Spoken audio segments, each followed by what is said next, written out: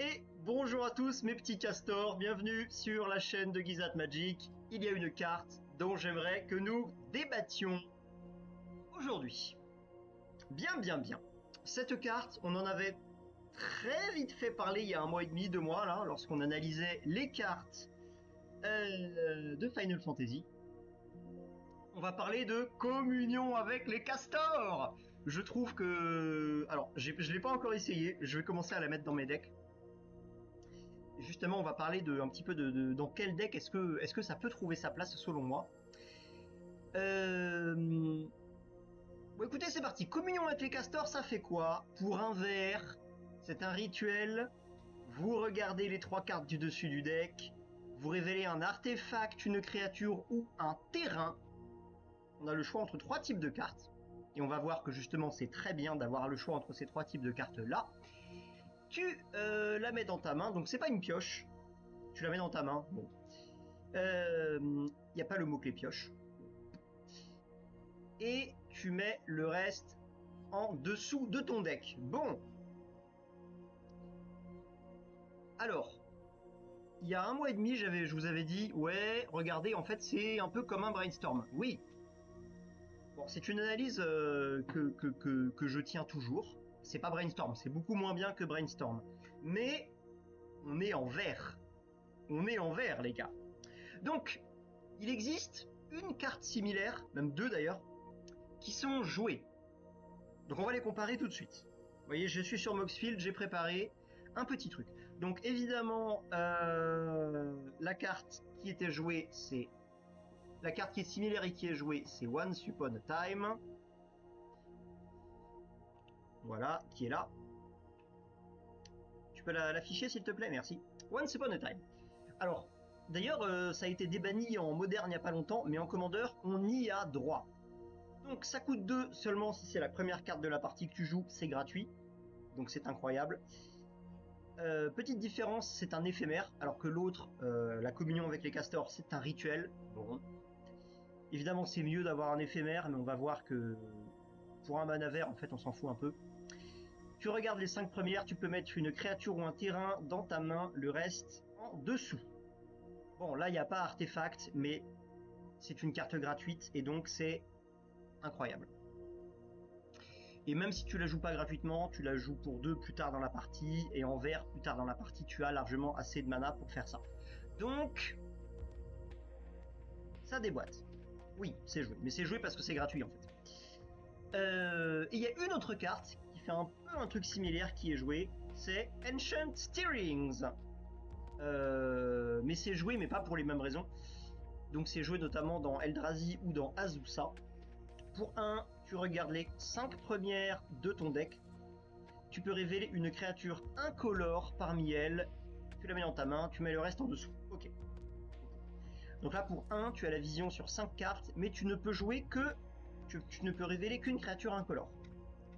Donc c'est quand même très restrictif. Ces 2 cartes-là sont jouées.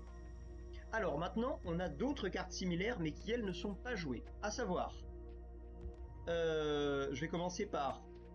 Voilà, Communion avec la nature, qui a été réédité plein de fois, que j'ai vu rééditer plein de fois, mais que je n'ai jamais vu jouer. Pour 1, tu regardes les 5 cartes du dessus, tu révèles une créature, tu mets le reste dans ta main. T'as la vision sur 5, mais c'est juste une créature. Mais encore, en réalité, ça pourrait tout à fait avoir sa place dans quelques decks. Mais bon, effectivement, s'il n'y a pas de créature... bon. Mais Azusa pourrait très bien jouer ça. Hein. Bon. Mais j'ai jamais vu jouer, effectivement. Mais la carte n'est pas mauvaise en soi. Et l'autre, c'est... Voilà. Qui ressemble déjà bien plus à Communion avec les castors. C'est quoi en français? C'est Impulsion audacieuse. Tu regardes les 3 premières de ton deck, tu peux révéler une créature ou un land, tu le mets dans ta main, et tu mets le reste en dessous. Alors c'est déjà beaucoup mieux parce que tu peux révéler un land. Effectivement, cette carte n'est pas du tout mauvaise à mon sens, mais... Attendez, je vous enlève la pub.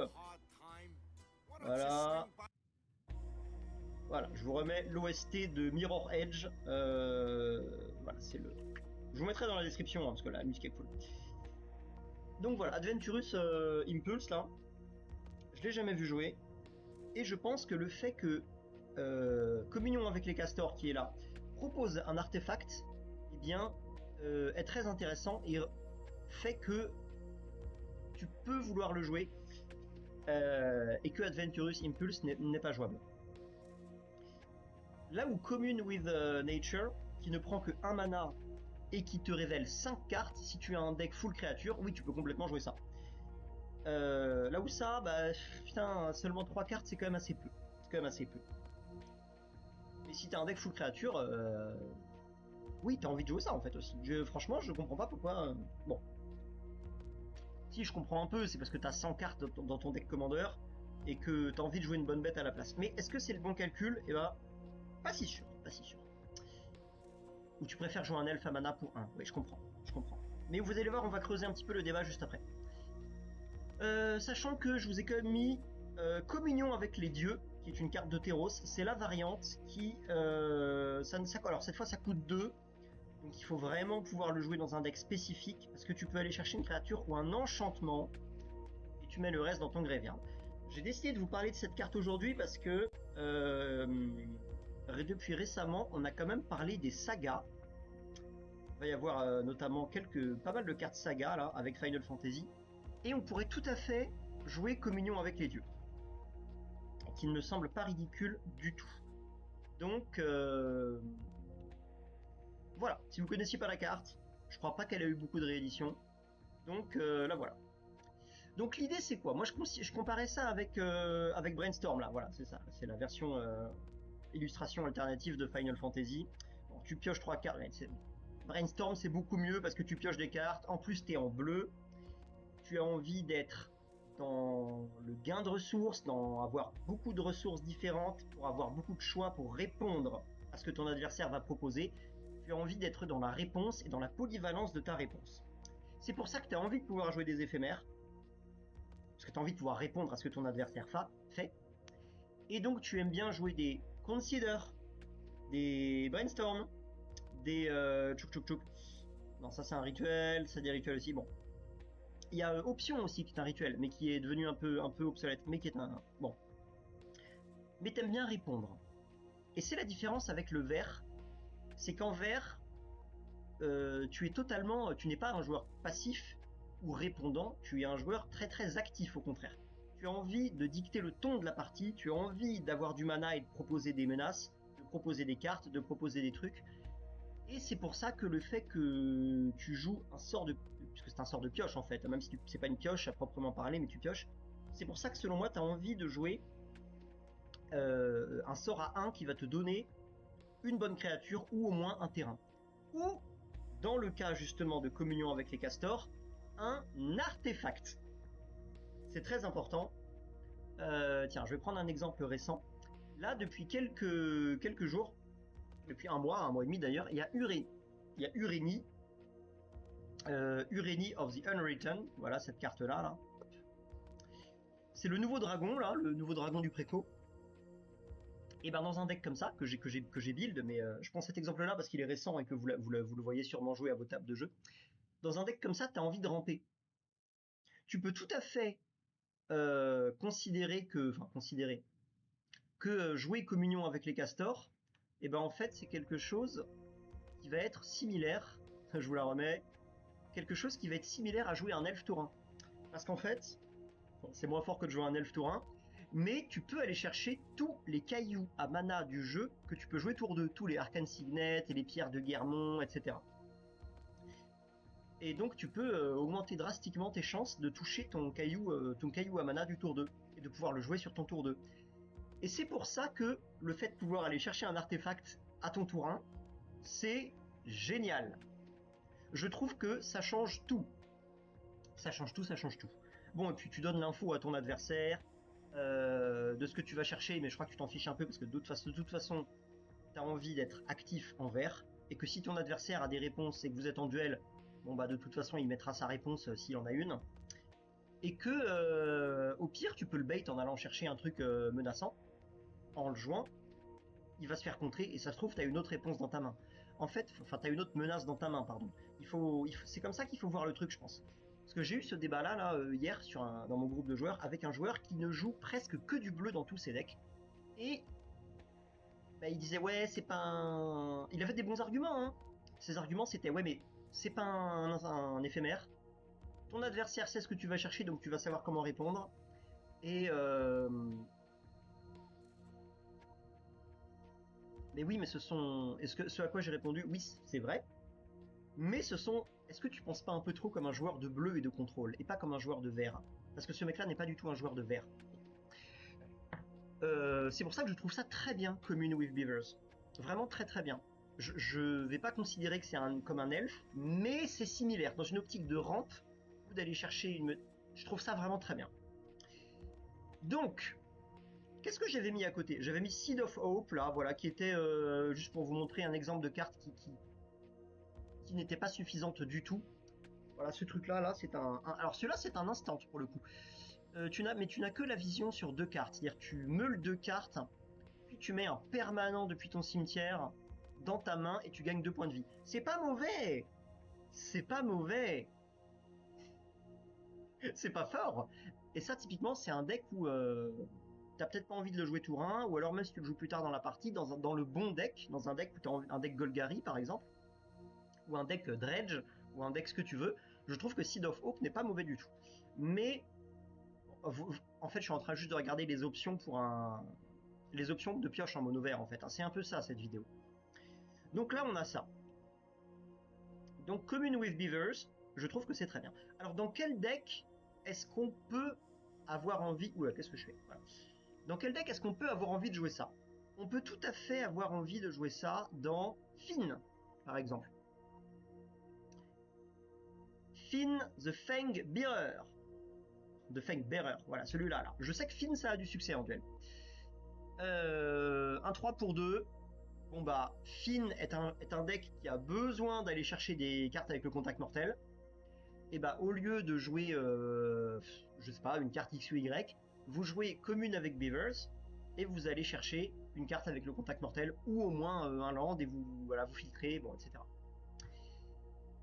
C'est génial, non?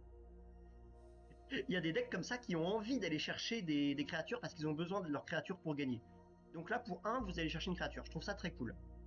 On peut même presque, dans un deck comme ça qui joue beaucoup de cartes, beaucoup de petites cartes avec de petits drops qui ont le contact mortel, donc tu as quand même un nombre limité de cartes, et ben t'aimes bien avoir une carte qui va les chercher. Dans un deck comme ça, c'est presque similaire à Précepteur Matérialiste en fait. C'est moins... En fait, j'allais dire c'est moins fort, mais en fait c'est peut-être mieux que Précepteur Matérialiste parce que tu le mets pas au-dessus du deck, tu le mets dans ta main. Là où Précepteur Matérialiste n'est pas vraiment une pioche, même pas du tout. Un autre deck, bah, franchement, Azusa. Est-ce que vous avez pas envie de jouer ça dans votre Azusa Lost but Seeking? Hop. Moxfield, j'avoue, ceux d'entre vous qui m'ont conseillé Moxfield, j'avoue, je boudais Moxfield, mais c'est quand même pratique pour le record. Bah, dans Azusa, t'aimes bien, parce que t'as envie d'aller chercher soit ton land en plus, soit ta créature en plus, quoi. Je trouve ça très bien. Et d'ailleurs, reprenons l'exemple dans le cas d'avant. Finn, qui est un deck qui joue beaucoup de créatures qui coûtent 1 ou 2 de mana, donc des petits drops, et ben en fait très vite dans la partie tu vas largement avoir assez dans le même tour pour jouer le sort de pioche, le commune avec les castors, hein, et ton petit 1 contact mortel, tu vois. Un autre deck dans lequel ça marche. Alors c'est pas Azusa, mais c'est Ayula cette fois-ci. C'est un deck que je joue. Ayula, Queen Among Bears. Alors je sais que normalement c'est les filles qui jouent ça. D'ailleurs, toutes les autres personnes que je vois jouer ce deck, que j'ai vu jouer ce deck, il y en a 3 autres que j'ai vu, à chaque fois c'était des filles. Bah écoutez, voilà, moi aussi je joue ça. Je suis alimenté pas. Je sais qu'il y en a d'entre vous qui l'ont build. Alors, sans déconner, en version optimisée, ça, en duel, ça a des excellents match-up et ça peut dégommer des culs. Je vous parlerai de... Tiens, voilà, si vous voulez que je vous fasse une vidéo deck tech très précise et très développée sur Ayula, je peux le faire. Dites-moi si ça vous intéresse. À chaque fois qu'un autre ours arrive en jeu, oui voilà. Donc elle, son gros problème, c'est que si t'as pas d'ours, son problème numéro 1, je joue le deck depuis 3 ans, 3-4 ans même, donc, et je l'ai vraiment bien opti, donc je connais bien le deck. Le problème, c'est que si t'as pas d'ours, tu peux pas jouer. Parce que tu fais rien, en fait. Ici, avec commune, et que, il y a un autre... mais même analyse qu'avec Finn, tu as besoin d'aller chercher ta créature. Et les ours sont assez mauvais en général, ce qui n'est pas le cas des créatures avec contact mortel que Finn joue. Donc Finn est mieux que Ayula, je pense quand même. Hein. Enfin, ils font pas la même chose en fait, ils font pas la même chose du tout. Eh bien, t'as besoin d'aller chercher ton ours. Et surtout, les ours, ça coûte pas cher, encore une fois, même analyse qu'avec Finn. Tu vas très certainement avoir de quoi jouer ton ours qui va te coûter entre 2 et 3 mana, en général 2. Et puis voilà, dans le même tour, tu vas très facilement pouvoir faire communion avec les castors, puis jouer ton ours. Autre deck dans lequel ça marche. Ah, si c'est ça. En français c'est ça. En anglais pardon. Ah oui, le défaut de Moxfield c'est pas en français. Bon, c'est pas grave.